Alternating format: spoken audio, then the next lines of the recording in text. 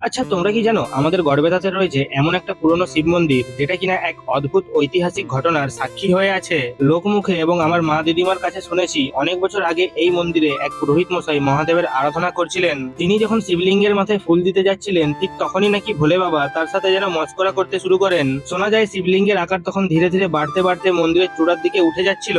এটা দেখে মহাদেবকে থামানোর জন্য সেই পুরোহিত মশাই নাকি একটা ঘটি নিয়ে শিবলিঙ্গের মাথায় ছুঁড়ে মারেন। তারপরেই নাকি শিবলিঙ্গ আবার আগের আকারে ফিরে আসে। কিন্তু ঘটির আঘাতের কারণে শিবলিঙ্গের একদিকে আজও একটা ছোট্ট গর্তের মতো চিহ্ন দেখা যায় বলেই অনেকে বলেন।